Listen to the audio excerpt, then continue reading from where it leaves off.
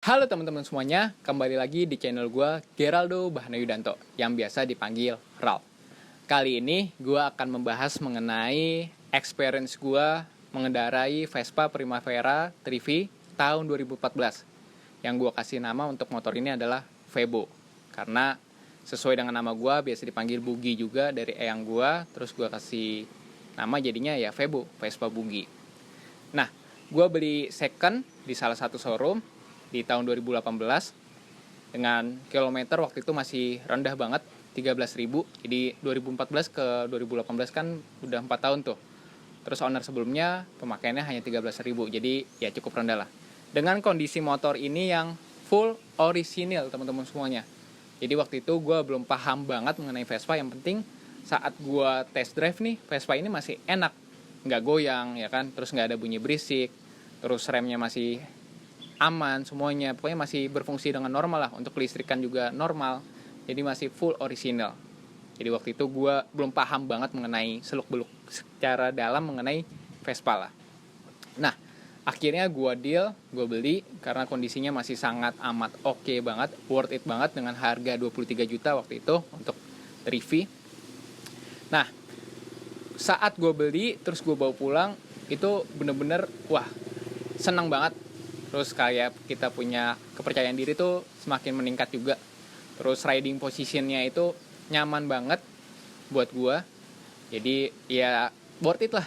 Dengan harga 23 juta waktu itu gue beli Vespa Primavera 3V. Nah, setelah gue pemakaian 1 bulan, gue servis teman-teman.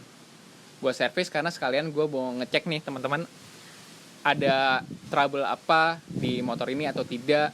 Terus gue mau cek CVT juga, apakah untuk CVT-nya masih original semua atau sudah harus ada parts yang diganti. Jadi gue 1 bulan gue servis di bengkel non resmi, karena bengkel Vespa saat ini banyak banget yang menyediakan paket servis untuk motor kita juga teman-teman, untuk Vespa lah intinya. Jadi harganya cukup terjangkau. Waktu itu paket dengan oli mesin, oli gardan, servis CVT sama injektor cleaner tuh 350.000, tergantung merek ya teman-teman, merek olinya. Jadi waktu itu gue servis 350.000 dan semuanya tuh masih aman. Tapi ada satu hal yang udah nggak bagus, yaitu dari mounting di bagian bawah sini, karetnya itu udah nggak bagus lah. Jadi harus diganti agar Vespanya itu nggak goyang teman-teman. Kalau misalkan lewat polisi tidur terus tiba-tiba Vespanya agak goyang, atau misalkan kita gas tiba-tiba agak goyang, itu berarti mounting yang bulat. Karet itu biasanya ada 2 piece lah di bagian bawah, itu udah harus diganti. Nah, 1 bulan itu gue pakai, udah gue ganti. Terus gue pakai lagi secara daily teman-teman, karena motor ini gue pakai buat kerja, motor tempur lah teman-teman. Jadi gue pakai buat kerja. 3 bulan ada yang kurang nih teman-teman, karena gue suka modifikasi juga. Jadi akhirnya gue upgrade untuk CVT. Di bagian CVT gue upgrade, karena waktu itu kalau misalkan orisinil, mesinnya semuanya masih standar, itu larinya cuma sampai 90 km per jam lah kecepatannya. Jadi kayak wah kurang greget nih. Akhirnya gue upgrade lah CVT-nya. Gue upgrade CVT dari per besar, per kecil, roller, terus variator, flywheel gue upgrade. Tapi untuk variator dan flywheelnya gue custom, karena kalau misalkan pakai yang aftermarket harganya lumayan waktu itu. Jadi waktu gue belum cukup lah waktu itu, jadi gue custom. Setelah di custom tuh lebih enak lah performanya, jadi speednya bisa naik lah ke 100 km lah waktu itu. Nah, waktu itu semuanya berjalan dengan normal setelah 3 bulan. Tapi ada trouble, tiba-tiba waktu itu gue pengen pakai motornya, tiba-tiba mati teman-teman. Mati, jadi nggak bisa nyala. Akhirnya harus didorong ke bengkel. Jadi waktu itu bengkel yang paling dekat itu adalah di daerah Dan Mogot, dekat rumah gua, itu bengkel resmi. Dicek, ternyata trouble-nya ada di bagian busi teman-teman. Jadi di busi itu katanya kompresinya sih, waktu itu gue inget banget kompresinya katanya bermasalah atau apalah, pokoknya ganti busi lah, cuma ganti busi akhirnya nyala normal lagi. Nah, itu problem pertama gue setelah gue membeli Vespa Primavera 3V ini. Terus selanjutnya gue agak kurang suka juga di bagian velg dan ban, karena ring size dari velg ini masih di ring 11 waktu itu. Jadi kalau misalkan sprint itu kan 12, maka dari itu gue upsize teman-teman ke ring 12. Gue menggunakan velg Virosi Alpha Quattro. Terus gue pakai ban Maxxis R1 120 di bagian depan, 130 di bagian belakang. Dan yang gue rasakan itu adalah handlingnya lebih nyaman lah, dan posisinya tuh lebih tinggi. Karena kalau misalkan masih pakai ring 11 untuk Primavera Trivi, itu suka mentok di bagian dek bawahnya kalau misalkan kita melewati posisi tidur yang agak tinggi atau kita pun boncengan dengan teman kita. Nah, itu modifikasi yang gue lakukan setelah upgradivity, ganti velg, dan gue ganti knalpot. Gue ganti knalpot itu ya ada beberapa dilema, karena waktu itu kalau misalkan kita tanya-tanya ke beberapa bengkel, kalau misalkan Vespa ganti knalpot harus pasang piggyback apa enggak, ya kan? Mungkin sampai saat ini pun itu adalah salah satu pertanyaan untuk teman-teman yang mungkin baru modifikasi Vespanya juga. Nah, waktu itu ada yang bilang nggak usah, nggak perlu, tapi ada yang bilang perlu. Tapi gue memutuskan untuk ya udah deh, gue pakai aja, gue pakai piggyback, karena mungkin kalau misalkan kita udah ganti knalpot kan pembuangannya itu beda ya teman-teman, dan kalau misalkan gaya kerja mesinnya pun juga berbeda, harus lebih ekstra lah. Jadi piggyback itu fungsinya untuk manipulasi ECU agar debit bensin di RPM tertentu itu bisa kita setting biar semprot ke mesin tuh lebih banyak gitu, agar mesin kita nggak kering, jadi tidak terjadi trouble.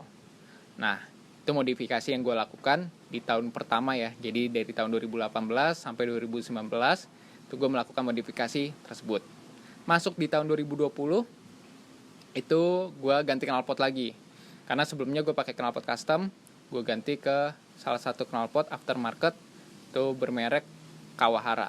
Jadi gue pakai Kawahara itu cukup lama, setahun ya, dari awal 2020 sampai akhir 2020. Ya, akhir 2020 gue masih tetap pakai si Kawahara itu. Jadi di tahun 2020 gue belum punya planning apapun, jadi masih bener-bener setupnya masih setup sama seperti di tahun 2019. Velg pakai Alpha Quattro ring 12, ban masih sama pakai Maxxis. Sebelumnya gue pakai FDR, depan FDR, belakang tuh pakai Michelin. Jadi belang, terus udah kemakan usia juga, udah agak botak, jadi gue ganti ke Maxxis R1. Di Maxxis R1 ini yang gue rasain sih gripnya lebih dapat gitu. Terus untuk di tahun 2020 gue hanya memodifikasi di stop clamp. Stop clamp gue modifikasi, gue ganti ke salah satu non-brand aftermarket stop clamp juga, tapi non-brand, itu mirip kayak Power One lah. Itu harganya lebih terjangkau dibandingkan Power One. Jadi gue pakai yang smoke waktu itu, karena gue dulu konsepnya tuh agak gelap teman-teman. Jadi saklar tuh gue cat warna hitam, terus list body gue cat warna hitam, ya kan? Jadi ya konsepnya gelap lah gitu, biar lebih sangar aja waktu itu di tahun 2020. Nah, seiring berjalannya waktu di tahun 2020 itu gue terjadi karena gue lalai dalam hal harusnya memang udah waktunya servis teman-teman, tapi gue kayak belum sempat juga untuk bengkel. Terus gue lalai, pas gue pulang kerja malam hari, tepatnya sekitar di jam 11-an, dari CVT, V-belt gue putus teman-teman. Jadi putus, karena memang ya sebelumnya udah diinformasikan bahwa udah agak retak nih, tapi ya udah deh, nanti aja deh gantinya. Nah, itu yang kita kalau misalkan udah agak retak, lebih baik ganti deh, daripada nanti malah nyusahin diri kita sendiri dan mengeluarkan dana yang lebih banyak juga. Jadi malam-malam ya putus, akhirnya gue harus mencari pertolongan dari orang-orang sekitar untuk bantuin motor gue sampai di rumah dengan selamat. Besoknya baru deh gue ke bengkel, tuh udah amburadul lah di bagian CVT. Di bagian CVT udah amburadul karena V-beltnya putus. Jadi gue ganti lah ke V-belt Triple S yang harganya tuh ya cukup terjangkau dibandingkan dengan orisinilnya. Itu sekitar 300.000 untuk Triple S. Jadi intinya kalau misalkan kalian baru beli Vespa, cek CVT, terus untuk mounting ya kaki-kaki dicek juga, pengereman, kelistrikan juga penting banget teman-teman. Tahun 2020 di akhir tahun, karena gue nyobain motor temen gue itu udah bore up ke 62. Waktu itu gue kayak punya pemikiran bahwa kalau Vespa di bore up itu akan timbul banyak masalah teman-teman. Jadi takutnya ya, karena motor ini mungkin beda lah settingannya dengan motor jenis lainnya, karena bisa dibilang harus kita punya detail yang amat sangat lah terhadap Vespa gitu. Jadi gue waktu itu kayak bore up nggak ya, atau porting aja atau ganti cam aja. Terus gue nyobain, temen gue udah bore up, kayak ini cobain deh motor gue cobain, ternyata enak banget. Dia bore up ke 62, udah ganti cam juga, CV itu udah upgrade, terus knalpot juga udah ganti, itu enak banget. Akhirnya gue kena racun teman-teman, gue punya planning, ya udah deh gue sisihin waktu gue, ya kan, buat bisa bore up. Akhirnya kesampaian juga di akhir tahun, di Desember gue bore up ke 62 buat harian juga. Jadi gue beli bore up kit dari Kawahara yang ukuran 62, sama gue beli camnya si Kawahara. Gue pasang dan tuning di salah satu bengkel di Jakarta Timur. Gue tuning di sana, dipasangin, 1 minggu motor gue jadi selesai. Nah, waktu itu ada problem juga setelah mesinnya udah nyala, tapi untuk setting piggybacknya itu kan karena harus di dyno ya teman-teman, agar kita bisa tahu nih performa dari motor ini yang dihasilkan berapa, lalu debit bensinnya apakah aman atau tidak. Mau di dyno, tapi gue terjadi trouble di piggyback gue. Piggyback gue itu dratnya udah nggak berfungsi ya teman-teman, jadi memang harus diganti. Jadi gue pakai piggyback itu kurang lebih 1 tahun lah. Itu merek Ecotec ya, gue pakai merek tersebut dan gue beli dengan merek yang sama juga. Waktu itu gue dyno dapet lah performa di 14 horsepower di settingan ya untuk harian lah 62 ganti cam. Tuh, gue dapet di 14 horsepower, lebih dari cukup untuk harian. Terus gue pakai, wah ternyata enak banget nih, enak banget. Seiring berjalannya waktu, 3 bulan gue pemakaian, di bulan Februari itu mesin gue bermasalah. Di gue jalan, tiba-tiba mesin gue jebol, terus gue harus turun mesin kembali, gue ganti si pistonnya kembali, terus gue harus tuning lagi ya kan. Pas gue tuning udah jadi nih, si mesinnya udah naik, terus gue bawa ke bengkel lain untuk tuning, karena nggak dapet ya, karena mungkin piggyback yang gue beli juga ternyata udah error juga, entah nggak tahu lah, pokoknya udah disetting nggak dapet nih, masih kering terus di atasnya. Jadi semprotan bensin di atasnya tuh pas di RPM tinggi, nyemprotnya tuh masih kurang banget. Jadi solusinya tuh antara ya waktu itu harus ganti injektor atau seperti apa. Akhirnya pas dituning jebol ya, tapi bukan pistonnya sih, salah satu klep gua bengkok teman-teman. Gua turun mesin lagi. Jadi gua 2 kali turun mesin, ganti, yang pertama ganti piston, ganti klep, yang kedua gua turun mesin lagi ganti klep. Nah itu lumayan tuh menghabiskan waktu dalam 2 minggu yang cukup banyak. Jadi waktu itu gue sempet pusing banget lah ya kan. Ya udah deh, mau nggak mau ya udah turun mesin, terus naik, disettingin lagi, udah dapet settingannya, udah aman. Settingan udah dapet, klep udah ganti ya kan, piggyback udah normal. Tapi selama 5 hari gue pakai daily kan, karena motor ini gue pakai daily. Sekarang aja kilometernya udah 40.000. Gue pakai daily, bermasalahnya waktu gue misalkan gas, terus gue lepas gasnya, itu dia tetap masih jalan, jadi nyangkut gasnya. Nah itu gue nggak tahu tuh trouble-nya di mana. Terus gue balik lagi ke bengkel, disettingin lagi piggybacknya normal lagi, tapi 3 hari trouble lagi. Nah itu gue 1 minggu itu gue bisa 2 kali gue bolak-balik bengkel. Jadi setting terus nggak dapet. Alhasil ya udah deh, salah satu caranya dilepas dulu deh piggybacknya, coba dilepas normal. Tapi mau nggak mau kan gue harus pasang si piggy ini kan, karena mesin gue udah bore up. Kalau misalkan gue lepas, takutnya debit bensinnya kurang, jebol lagi. Sementara waktu dipasang, besoknya tuh mumpung hari libur juga, gue ke bengkel untuk ya udah deh dicek lagi apakah TPS gue atau ECU gue bermasalah atau segala macam ya. Pokoknya di diagnosis dulu lah, coba dicek. Alhasil pas dicek ya piggyback gue error. Si Ecotec itu yang cuma bertahan 4 bulan terus dilepas. Terus ya salah satu solusinya gue remap ECU teman-teman. Jadi si Trivi ini, kalau misalkan teman-teman ketahui, kalau misalkan Trivi itu masih ECU gendong itu, jadi dia masih gabung lah sama throttle bodinya. Jadi ya udah deh, ini di remap aja. Ya udah di remap. Setelah di remap, gue cuma minta waktu itu limiternya nggak digeser, normal aja. Yang penting debit bensin buat di atasnya tuh nggak kering. Gue cuma minta itu.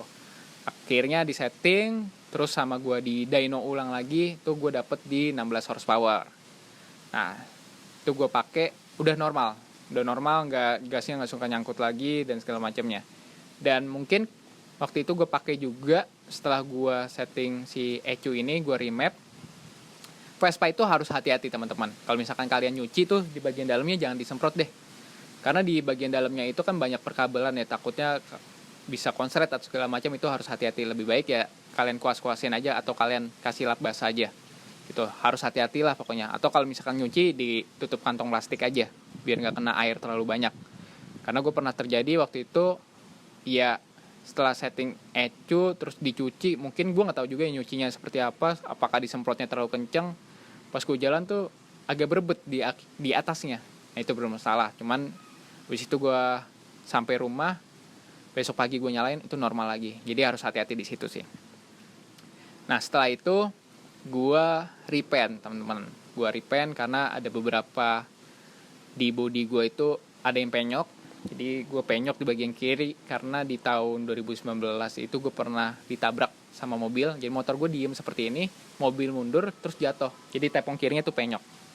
Nah gue repaint juga. Terus waktu itu gue minta warnanya tuh sebetulnya warnanya BMW Atlantic Blue, tapi jadinya warnanya seperti ini, birunya. Jadi mungkin waktu itu bengkelnya belum dapat ya warna si Atlantic Blue dari BMW. Tapi gue cukup suka lah dengan warna ini. Cuman sayangnya di beberapa titik tuh masih belum detail banget. Jadi agak masih ya ada titik-titiknya. Jadi bengkelnya kurang detail lah ngerjainnya. Seperti itu. Jadi ya udah deh. Mungkin next kalau misalkan gue dapat waktu lagi, gue mau repaint lagi lah. Nah setelah gue repaint, gue ganti konsep teman-teman. Yang tadinya sangar banget karena warna catnya ini cerah. Gue ganti demaker, terus gue ganti sand yang warnanya clear juga dari HD Course. Terus gue ganti stop lamp gue yang tadinya warnanya smoke, gue ganti ke clear juga biar lebih cerah.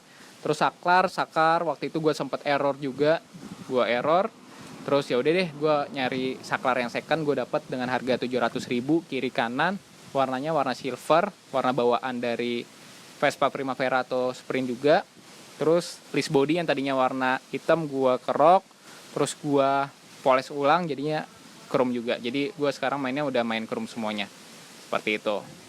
Jadi setelah 3 tahun sampai saat ini adalah setup sekarang dan mungkin akan ada project-project lainnya. Seperti itu sih untuk experience gue. Jadi itu adalah experience gue menggunakan Vespa Primavera 3V selama kurang lebih 3 tahun. Yang setupnya sekarang ya seperti ini. Jadi udah bore up ke 62, sudah upsize juga, lampu-lampu udah diganti. Nah, tips untuk teman-teman yang mungkin nanti punya rencana ganti motornya dan beli Vespa second, yang harus dilihat secara detail itu yang pasti ya kalian cek dulu nih surat-suratnya. Surat-surat motornya apakah valid semua, atau misalkan ada yang kurang atau segala macam, sebaiknya harus lengkap dan detail. Yang kedua adalah kondisi mesin. Kondisi mesin sih sebaiknya dalam kondisi standar ya, jangan di bore up. Kalau misalkan bore up itu kita nggak tahu nih track record dari pemakai sebelumnya itu seperti apa. Kalau misalkan ini sih gue bore up karena ya gue kedepannya nggak mungkin gue jual juga. Karena ini motor pertama gue yang bisa gue beli lah, seperti itu. Terus CVT. Oke, CVT kalau misalkan udah di-upgrade, kalian harus tahu juga parts apa aja pada CVT yang udah di-upgrade. Kaki-kaki dari fork itu dari atas sampai bawah tuh, untuk yang kita misalkan belok atau suspensi juga, itu diusahakan kalian mencarinya yang kondisinya normal, jadi tidak bengkok. Jadi harus lurus. Kalau misalkan bengkok, kita patut curigai apakah bekas crash atau segala macam. Terus kaki-kaki di bagian spacer ataupun mounting, di karet-karet mounting, kalau misalkan kalian pas test drive agak goyang, nah itu berarti ada yang udah kurang baik nih kondisinya di mounting atau di spacernya juga. Terus belakang suspensi apakah masih normal atau tidak. Terus selanjutnya kelistrikan dari motor. Kelistrikan dari motor itu penting banget teman-teman. Jadi kalau kelistrikan itu kalau misalkan udah bermasalah itu pasti merembetnya kemana-mana. Kalau misalkan kalian beli terus ada beberapa parts yang mungkin udah dari kelistrikannya nggak normal, ya sebaiknya jangan deh gitu. Karena gue pernah ngalamin kelistrikan gue tiba-tiba trouble, tapi saat ini sih udah normal lagi karena udah dicek lah semuanya gitu. Nah, itu saran dari gue, semoga bermanfaat. dari experience gue menggunakan Vespa Primavera Trivi tahun 2014 yang usianya berarti saat ini udah hampir 7 tahun ya. Ini masih sangat amat worth it gue pakai karena gue sayang banget, gue nyaman banget pakai ini. Jadi siapa tahu nanti teman-teman kita bisa riding bareng, kita bisa sharing bareng juga, diskusi juga, karena gue masih banyak hal yang gue harus explore lah mengenai Vespa juga. Jadi sampai berjumpa di video selanjutnya. Terima kasih buat teman-teman yang sudah nonton. See you guys, sehat selalu, dan jangan lupa like, comment, share video ini, dan juga subscribe. Thank you teman-teman semuanya. See you.